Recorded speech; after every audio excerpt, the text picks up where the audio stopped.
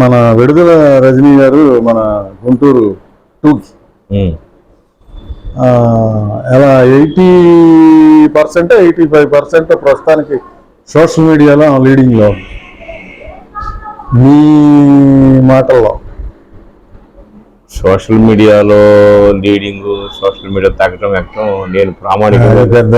నేను పెద్ద ప్రామాణికంగా ఏ పార్టీ అయినా ఎవరు నేను తీసుకోను. ఇది కాంగ్రెస్ సీట్ ఎప్పుడు గుంటూరు 2 సార్లు చివర 14-19 తెలుగుదేశం గెలిచింది.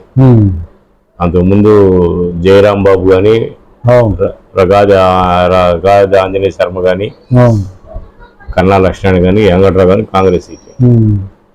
మొన్న కొద్దిగా ఎలక్షన్ మేనేజ్మెంట్ అభ్యర్థులతో 14-19 ఓడిపోయాం. ఏమో ఫుల్ హార్డ్ వర్కర్ మేడం గారు, ఫుల్ హార్డ్ వర్కర్. 24/7 ఉదయం 8 బయటకు వచ్చిందంటే మళ్ళీ రేత్రి 10 దాకా ఎనీ టైం ఫోన్ లిఫ్ట్ చేస్తారంట. నిజమే, వాస్తవం అది. 100%. ఇద్దరు ఫోన్ కొన్ని సందర్భాల్లో లేచి వచ్చేసిద్దంటగా అక్కడికి. ఆమె గొప్పతనం ఏంటంటే ఇద్దరు పిఎల్ ఫోన్ దగ్గర ఉంటాయి. పొలిటికల్ ఫోన్లు, అఫిషియల్ ఫోన్లు ఒకళ్ళు ఎత్తారు. ఏది అర్జెంట్ అయితే అది ఫోన్ ఎత్తి మాట్లాడి ఆన్సర్ చెప్తారు. అటెండ్ కూడా అవుతారని తెలిసింది. అర్జెంట్ అయితే అటెండ్ అవుతారు. ఎందుకంటే పేటలో 2-3 సందర్భాల్లో వీడియోలు పొలిటికల్ గా పార్టీకి నష్టం జరిగితే ఎమ్మటి వెళ్ళిపోద్ది, స్పాట్ వెళ్ళిపోద్ది. అది చదువుకుంది, సాఫ్ట్వేర్ కంపెనీ ఈజ్ వర్కింగ్, అక్కడ రన్ చేసింది. ఇప్పుడు కూడా హైదరాబాద్ లో సాఫ్ట్వేర్ కంపెనీ ఉంది. Is well settled. ఆమెకి చాలా మర్యాదస్తులుగా మాట్లాడుద్ది. ఓటర్ని నాయకులు కూడా నేను తెలియగలని, ఇంత ఆర్థిక స్థితి గలని అని కాకుండా ఆమెలో కొన్ని గుడ్ క్వాలిటీస్ ఉన్నాయి. స్పందించటం అనేది చెప్పగలుగుతారా అన్న? గుడ్ క్వాలిటీస్ రాజకీయ నాయకులు ఫస్ట్ కావాల్సింది స్పందించటం, దాని మీద పర్సూ చేయటం, దాని మీద నిర్ణయం తీసుకోవటం. 4 ఆ నిర్ణయం వాడికి మెసేజ్ పంపించటం. నువ్వు నాకు ఇవి చెప్పావు, ఫోన్ చేశాను, ఈ ఫోన్ కి ఆన్సర్ వచ్చింది, ఇవాళ కాదు రేపు ఆఫీషియల్ వచ్చి మీ దగ్గరకు వచ్చి కాంటాక్ట్. మేడం గారు చిలకలూరుపేట కదా, మన గుంటూరు మీద అవగాహన ఉందండి. ఆ చిలకలూరుపేట గుంటూరు, వాడు మరిది గారు అసలు గుంటూరులో ఉంటాడు, ఎస్విన్ కాలనీ. వాళ్ళమ్మ ఫాస్ట్ 5 years నుంచి ఇక్కడే ఉంటది, శ్యామల నగరం. ఆ మూల మీదే ఇల్లు వాళ్ళది. అది అవగాహన ఏముంది, ఎక్కడైతే ఉంది. చెరువుపేట గుంటూరు తేడా ఏముంది? అది కాదండి, తాడేపల్లి పోవాలంటే వాళ్ళ అమ్మగారి దగ్గర దిగుద్ది, ఎప్పుడన్నా కావాలంటే వాళ్ళ మరిది గారి దగ్గర దిగుద్ది. గత 5 సంవత్సరాల నుంచి గుంటూరుకి బాగా పెట్టిన పిండేది. 100% 15,000 భారీ మెజార్టీ కలిసింది. 15,000 అంతగానే ఉండదు. ఎందుకని కాదు, ఇవన్నీ కాంపిటీషన్ కాన్స్టెన్సీస్. అది 30,000 40,000 వచ్చే నియోజకవర్గాలు కాదు. గుంటూరు 1 ఇక్కడ 35,000 దాకా వస్తుంది. గుంటూరు 1 ముస్తఫా 35,000 వస్తుంది. దాని రికార్డు ఉంది 39,000 దాకా వస్తారా? 30,000. కొంచెం వ్యతిరేకత లేదండి. ఇవన్నీ మాట్లాడదు. మేడం గారు మాత్రం తిరగలేదు 15,000. 100%. ప్రజల్లో బాగా ఆదరణ ఉంది. ప్రతి మీటింగ్ కి అటెండ్ అవుతుంది. అది మన గవర్నమెంట్ హాస్పిటల్ దగ్గర కూడా అసలుకి ఆ మంత్రి మీద అంత సబ్జెక్టు థియరాటికల్ గా ఉంటుందని నేను అనుకోవాలా. ఇప్పుడు ఆ టైంలోనే 5 మెడికల్ కాలేజీలు ఓపెన్ అయినాయి. మళ్ళీ దాదాపు 10,000 హెల్త్ క్లినిక్లు ఓపెన్ అయినాయి. ఇప్పుడు ఇవన్నీ ఉంటాయండి, హెల్త్ క్లినిక్లు ఇవన్నీ. కోడ్ ఇంపాక్ట్, కోడికి దీనికి సంబంధం ఉంది. కొత్తది అయితే ఓపెన్ చేయడానికి లేదు. వాలంటరీ వ్యవస్థ, వాలంటరీ వ్యవస్థ వాళ్ళు పంచుకుంటారు. వాళ్ళు ఎవరు పని చేయడానికి లేదు.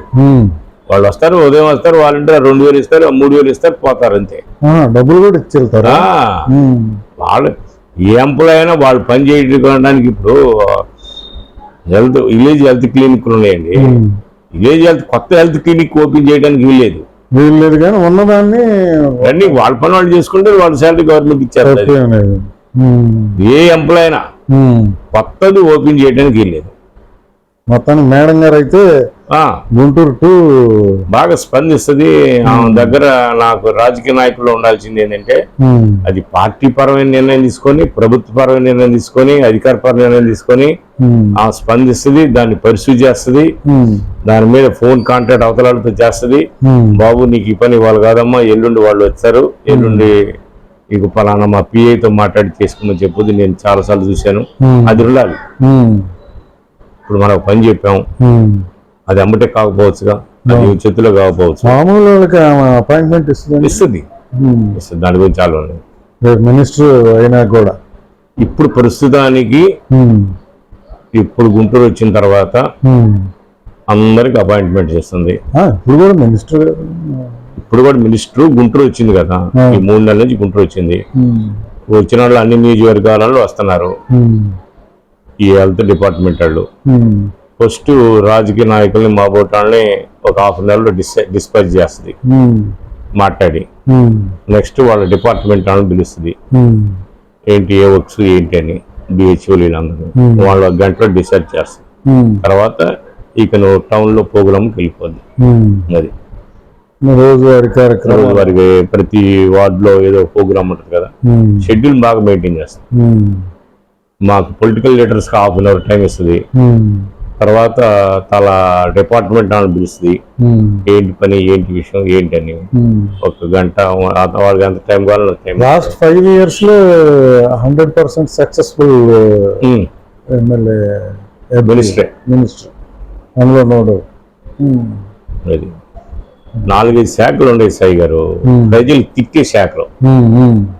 హెల్త్ ఒకటి, వ్యవసాయం ఒకటి, ఇరిగేషన్ ఒకటి, ఇవన్నీ ప్రజలు చిన్నది వచ్చినా తిడతారు.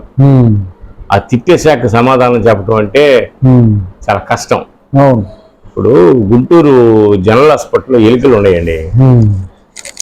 ఇది 2007లో. మరి అక్కడ ఉన్న సూపరింటెండెంట్ చెప్పలేదా, అక్కడ ఉన్న హెల్త్ వాళ్ళు చెప్పలేదా? 6,000 ఎలుకలు పెట్టేదాకా ఏం చేశారు సార్? నేను తెలుగుదేశం టైంలో 6,000 ఎలుకలు పట్టించారు, ఎలుక్కి 50 రూపాయలు ఇచ్చి. ఏం చేస్తున్నారంటున్నా? అదే పర్యవేక్షణ అంటే ఏం లేదు. గవర్నమెంట్ హాస్పిటల్ మన అన్ని తెలిసిందే, రికార్డుగా 6,000 ఎలుకలు పట్టారు, ఓ ఎలుక్కి 50 రూపాయలు ఇచ్చి. అన్ని ఎలుకలు ఎట్ట వస్తాయి? అన్ని అట్టే చేశారు, అవి పూడ్చుకోవాలి కదా, అవి హోల్స్ పెడతాయి. అది మనం ఎలుకల మందు వేసి పూడ్చాలి, దానికి పని చేయాలి. ఆ ఎలుకలు వచ్చి చిన్నపిల్లలు కొరుకుతాయి, అవి పాయిజన్ అయిపోద్ది. కొరికినప్పుడు తల్లి ఏమైంది, నర్సు ఏమయ్యారు? వాళ్ళు కూడా ఉండరు కానీ మనం పాపం నర్సులు ఉంటారండి. వాళ్ళు సాయంత్రం వెళ్ళిపోతారు కదా, వాళ్ళు 24 గంటలు ప్రతి మనిషి వాళ్ళు ఏమైపోయారు, వీళ్ళు ఏమైపోయావు అనుకుంటారు. మనం టైం వంట కాదు, వాళ్ళు ఎంప్లాయీసే కదా, తర్వాత ఇంటికి వెళ్ళిపోవాలనుకుంటారు కదా. ఇప్పుడు ఎలుకలు వస్తున్నాయండి, అది 10 ఎకరాల పొలం, అన్నం తిని అక్కడ ఎత్తడి ఎలుకలు వస్తున్నాయి. ఎలుకలు పూడ్చుకోవాలి, సిమెంట్ వేసి ఎలుకల ముందు వేసి ఆ హోల్స్ పూడ్చుకోవాలి. ఎలుకలు బుట్టలను పెట్టాలి. మేడం గారు గుంటూరు రాగానే ముందు గవర్నమెంట్ హాస్పిటల్కి వెళ్ళినట్టున్నారు. వెళ్ళి మొత్తం సూపర్వైజ్ చేసింది, దానికి ఒక పర్యవేక్షణకు ఒక ఎంప్లాయ్ వేసింది, కొత్త ఎంప్లాయ్, ఒక స్పెషల్. వాడికి ఏం లేదు, ఎక్కడ ఎలుకలు హోల్చడం పూర్తి చేసేటం. అది నిరంతరం వస్తాయండి ఎలుకలు అనేది నిరంతరం. మనం ఎందుకంటే ఎక్కడెక్కడి నుంచో సొరంగాలు పెడతాయి, పందికొక్కులు ఇవన్నీ, అందుకని అక్కడ అన్నాలు తింటుంటారు. అది మనం వాళ్ళని అనడానికి వీల్లేదు, అది మనం చేసుకోవాలి. అది మన సూపర్వైజింగ్. దానికి ఒక ప్రత్యేకమైన ఒక ఎంప్లాయ్ వేసింది, ఈ ఎలుకలకి డిసీజెస్ కి వాడే పర్యవేక్షణ చేసుకుని, వాడే టార్గెట్ పెట్టుకొని వాడి చేసుకుంటాడు. ఈ మధ్య ఇక్కడ వాటర్ ట్యాంకుల దగ్గరికి కూడా వెళ్ళినట్టు. ఎక్కడ ఏ వాటర్ ట్యాంక్ నాకు ఐడియా లేదు. హెల్త్ సెంటర్ లో వాటర్ ట్యాంక్ ఉందండి. వాళ్ళు 3 నెలలు అయింది కడక. ట్యాంకులు కడగాలి కదా. ఎలా తెలిసింది? ఈ పోతే అడిగింది, చేస్తే అడిగితే ఎన్నాళ్ళు అయింది రాయాలి, రికార్డ్ రాయాలి కదా. ఇప్పుడు వాటర్ ట్యాంక్ 500 ఇస్తామండి మా అపార్ట్మెంట్ లో. నువ్వు వాటర్ ట్యాంక్ అడిగినట్టు రికార్డ్ ఏది? అర్థమైందా? దగ్గరుండి అడిగిచ్చి వచ్చిందేమో. చెప్పింది ప్రతి నెల వాటర్ ట్యాంక్ అడగాలి అని. నువ్వు ఖర్చు రాసుకో, 500 వాళ్ళు వచ్చిన 500 తీసుకుంటారు, సున్నం ఇవన్నీ చేసుకుంటారు. అది బ్లీచింగ్ ఇవన్నీ కడిగాయి, ఒక పూట వాటర్ ఆఫీస్ పాట పడతారు, మరి డబ్బులు రాయాలి కదా. దానికి మన ఆ రోజు క్లీనింగ్ కోసం ఒక రోజు ఆపినట్టున్నారు నీళ్లు.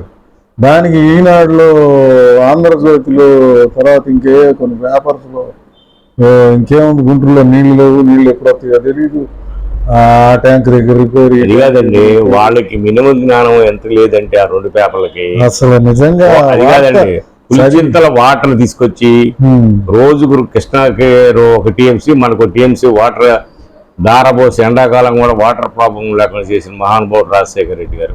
ఇప్పుడు మన యొక్క 20 వాటర్ ట్యాంకులు ఉన్నాయి టౌన్ లో, మున్సిపాలిటీ. అది 7 మంది కడగాలి. మనకి కృష్ణా నుంచి వచ్చేది మట్టితో వస్తాయి వాటర్, మట్టి ఉంటది, అది ఊరిని గడ్డ కట్టిపోద్ది. అసలు ఎక్కియటం ఫిల్టర్ చేసి ఎక్కిస్తారా? ఎంత నువ్వు ఫిల్టర్ చేసినా, నువ్వు ఎంత ఫిల్టర్ చేసినా మట్టి అనేది మట్టి 5% ఉంటది. అది ఎవ్రీ మంత్ మనం గనక ఈ డిసీజ్ వచ్చేది వాటర్ మూలాన. ఇప్పుడు మన హరిహరమాల దగ్గర ఉంది 2 లక్షలు 3 లక్షల ట్యాంకులు అయ్యి, మరి ఎన్నాళ్ళు ఉంటాయి? అక్కడి నుంచి వచ్చే వాటర్ అంత ఫిల్టర్ అవుతుందా? ఏదో 5% ఉంటుంది.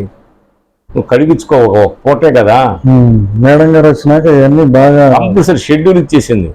మేము కూడా విజిటింగ్ చేస్తున్నట్టుంది. అది కాదు, షెడ్యూల్ బుక్ పెట్టి షెడ్యూల్ చేస్తుంది. మున్సిపాలిటీలో 2 ఎంప్లాయీస్, వాళ్ళు వాటర్ ట్యాంక్ క్లీనింగ్. వాళ్ళు ఉదయం వాటర్ వదులుతారండి, పగలంగానే ఇక్కడ ట్యాంక్ క్లోజ్ చేసుకోవటం, ఎన్ని కడగటం, సాయంత్రం మళ్ళీ ఎక్కుతారు. ఏదైనా 1 గంట 2 గంటలు తప్ప లేట్ ఏం కాదు. పగలేం వదలరు కదా వాటర్, ఉదయం కదా వదిలిన తర్వాత ట్యాంక్ వెళ్తారు, క్లీన్ చేస్తారు. దానికి ఆ రోజు న్యూస్ పేపర్ కట్టింగ్ ఏదో ఒకటి రాయాలి కాబట్టి వాడు తెలియదు కదా. అది ఆ డేట్ అది నేను డిస్క్రిప్షన్ లో పెట్టి ఏమైపోతారు వీళ్ళు. ఎంత ఎంత చండాలంగా రాశారు ఆ రోజు.